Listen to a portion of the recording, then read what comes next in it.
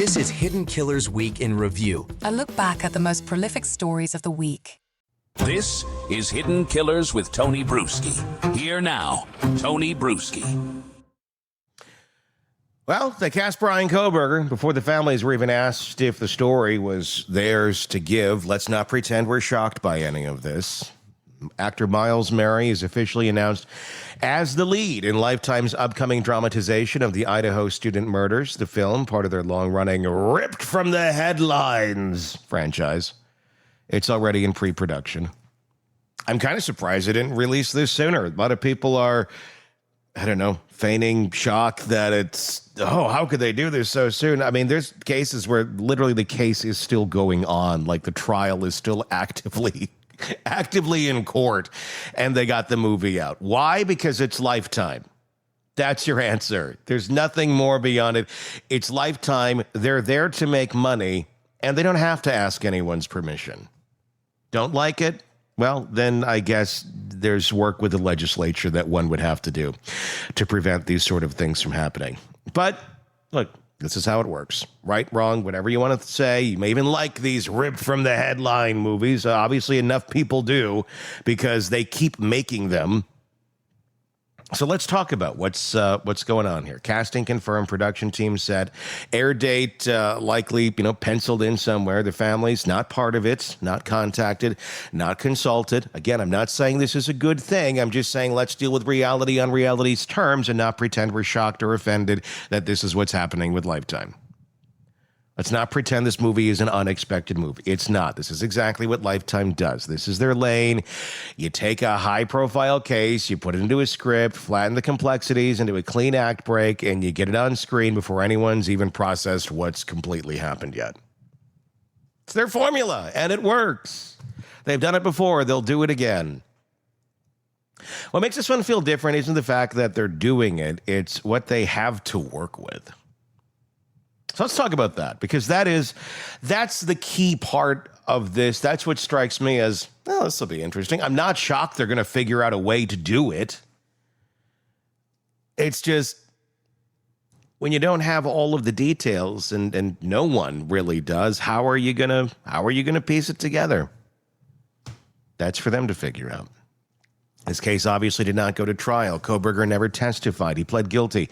In July of 2025, he received 4 consecutive life sentences without the possibility of parole. He said nothing at sentencing. There's no public motive, no courtroom transcript, no official theory presented to the public, no real narrative laid out under oath. There is silence. Wouldn't that be interesting? Just a mini-series where it's just silence. It's just a security camera on the actor playing Kohberger in a cell being flooded for 4 consecutive hours. I'd watch that. When there's silence in a true crime dramatization and they don't fill in the facts, well, the dramatization writes them. And that's the problem. They'll have to invent everything that makes the movie watchable. A backstory, a motive, a dynamic between the victims, emotional arcs, flashbacks, tension, regret, intensity, justification. All the beats that make the movie work. But those beats won't be based on anything from the people who experience them. Anything real, if you will, because they can't be. They'll have to imagine scenes between Kaylee and Maddie, Xana and Ethan, a fictional flash of conflict here, a heartfelt hug there. Kohberger staring in a mirror, packing the knife, breathing heavily while surveillance footage plays beneath. All the makings of a Lifetime movie. None of them from court. None of them from testimony. All of it written for tone. And it's not just creative license. It's memory laundering. Because the public, they're not going to research the affidavits. They're going to remember what they saw on the screen. And the Lifetime version of it, however well-intentioned, is going to become the version in people's minds. Not because it's the truth, but because it aired. And that's where I just say to whoever is making this damn thing, and if you're going and doing your research and you're listening to podcasts and everybody that covered this thing and you're looking for this, okay, great. You got a job to do. I totally understand that. But keep in mind the power that you wield with this movie. It's not just, well, it's a dramatization. Everybody should expect that. Guess what? The public, for the most part, not super bright. You feed them something and tell them this is the narrative, no matter how many disclaimers you have on it, they're going to go, oh, that must be what happened. So I'm just saying, proceed with caution. The story is horrific enough without adding anything else to it. That's what happens when silence gets filled with storytelling. You can do this responsibly. It can be done. I'm not saying it won't be. I'm just saying proceed with caution. Let's look back, because this isn't Lifetime's first walk through this territory. And it sure won't be their last. So maybe proceed with caution, and how about this? Do better. Do better than your track record. In 2011, they made Amanda Knox murder on trial in Italy. Knox's team responded with legal threats. She called it an invasion and exploitative. The movie depicted fictional moments, parties, confrontations, even lines about the crime that were never in any police record. Her lawyers demanded Lifetime remove those scenes. They didn't. The movie aired. And people still reference those dramatized scenes today like they're factual. We can't control what people think or what they say. Well, you're kind of actually doing that. You're wielding power. And no one says you can't do that. You have every right to make the movie you want to make. But if you're basing it on real human beings, again, proceed with caution. This is different than a lot of the other ones you've done. With Chris Watts, Confessions of a Killer, Shannon Watts' family publicly denounced the production. They said it distorted her personality, created scenes that didn't happen, and misrepresented who she was, all without their input. The Gabby Petito story was greenlit and shot less than a year after her murder. The Petito family issued a statement. They were not involved, not consulted. The film aired anyway. Viewers called it disgusting, too soon, and exploitative. One headline put it bluntly: Lifetime made a movie about Gabby Petito without her family's permission. And you don't have to get permission. There is no law. So if someone may say, well, yes, you should. No, well, should and have to are two different things. And when people are out to make money, and again, I'm not sticking up for this, I'm simply explaining reality. Because people like to get caught up in the minutia of what should be, could be, all that. We're not dealing in a world of should be. Maybe it'd be nice. Maybe, yeah, of course, it'd be lovely. That's not where we are, so let's not waste time arguing those points. That's my point. Don't waste time on things you can't change. And if you want to change it, then go change it. Work on changing it. Don't just bitch about it. Then came the Murdaugh Murders, the movie. That one triggered the direct fact check from the journalists who'd covered the case in the beginning. The company that made it published a piece titled 12 Facts Lifetime Got Wrong. I'm sorry, Luna Shark Media published a piece titled 12 Facts Lifetime Got Wrong, pointing out major errors like putting mountains in a scene set in the South Carolina low country, considering years of real events, fake confrontations, and botching entire relationships between characters for the sake of drama.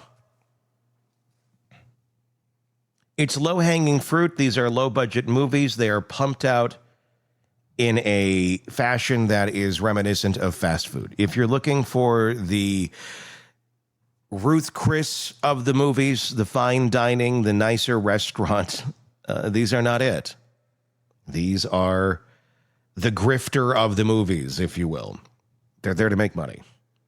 And again, if you don't like this idea, complain all you'd like, but if you'd like something changed, that's where legislation should take place. That's why people have enacted laws on things that they view are wrong and offensive and horrible and shouldn't be done in a certain way. It can be done. But just being shocked again and again that Lifetime's doing this. Oh my God, I can't, yeah. And the sky is blue. They have their formula. It works for them. And for some viewers, that's enough. They wouldn't keep doing it if you didn't keep watching. How about that? I don't watch it. Great.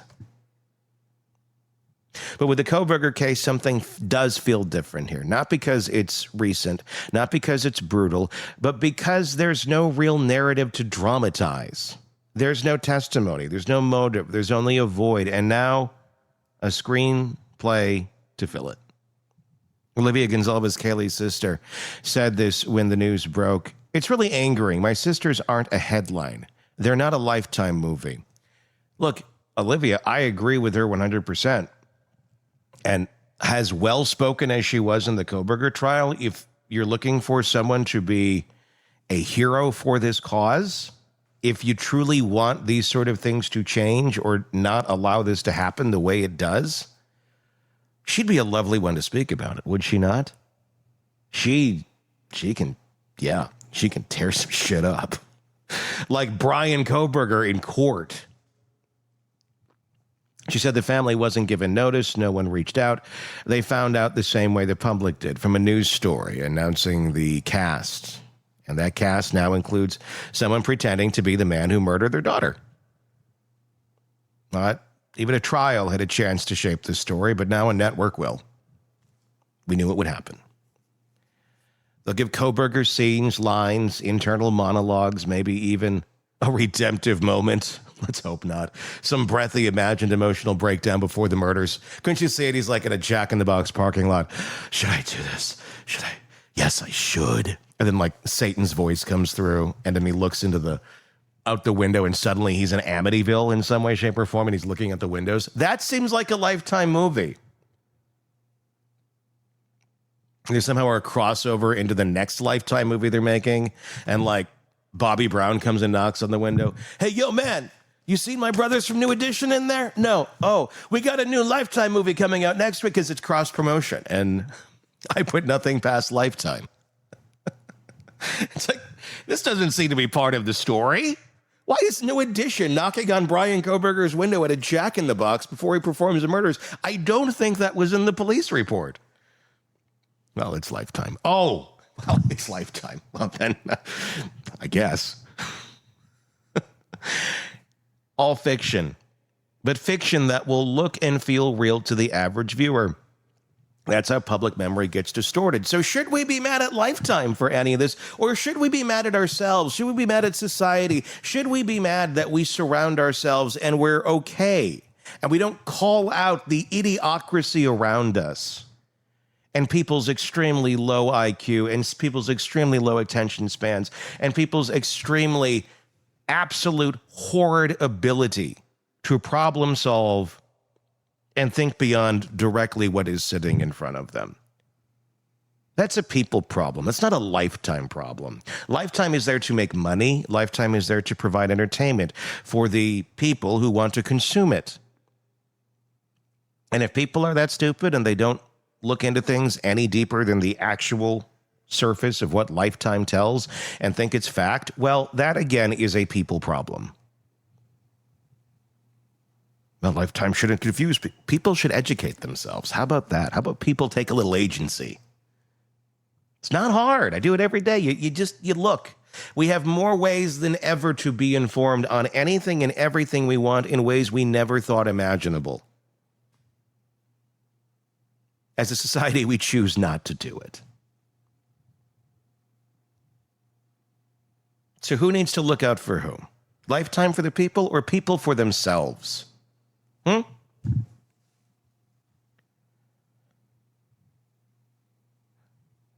When this version does get broadcast to the millions, the actual families, the ones who never got their day in court, have to live inside someone else's version of their own tragedy. And that's horrible. Not because they approved it, not because they told the story, but because someone else decided it was time. So what are we supposed to do with that? Shame Lifetime? You don't need to act shocked. This is a business they're in. It's scripted, true crime, dramatized trauma. That's not going away. We don't have to let it slide into truth. We can say the story isn't finished. We can say the silence matters. We can say just because you can't write it, just because you can write it, rather, doesn't mean you should. It isn't about permission slips. It's about responsibility. When you turn real people into content, especially people who never got to speak for themselves, you carry the weight of how they'll be remembered. And when you get that wrong, you don't just get bad reviews. You get the facts twisted in a way that actually lasts. This isn't about Lifetime being evil. They're doing what they've always done. But this time, maybe more than ever, they're writing the whole thing. Because no courtroom ever did. So the next time you see that based on a true story tagline, ask yourself, whose truth? Is it the truth? Is it a truth we even know? And if it was your family, your daughter, your brother, your best friend, would you want your story told by a network that never asked? A lot of questions, a lot of thoughts, lots of ways to break this all down. But all I say, as I do with everything, let's deal with reality on reality's terms. And this is the reality that Lifetime is bringing to the table right now, like it or hate it. Should these things be stopped? Should these things be done? Who gets to say this is right? Who gets to say this is wrong? Why does this opinion matter more than that opinion? I'm just asking the questions. Give me your answers in the comment section on YouTube. If you're not there, search Hidden Killers with Tony Bruschi and you'll find us. And be sure to press subscribe wherever you're downloading podcasts as well, so you don't miss any of our coverage. I'm Tony Bruschi. We'll talk again real soon. Want more on this case and others? Then press subscribe now and don't miss a moment of true crime coverage from Tony Bruschi and the Hidden Killers podcast.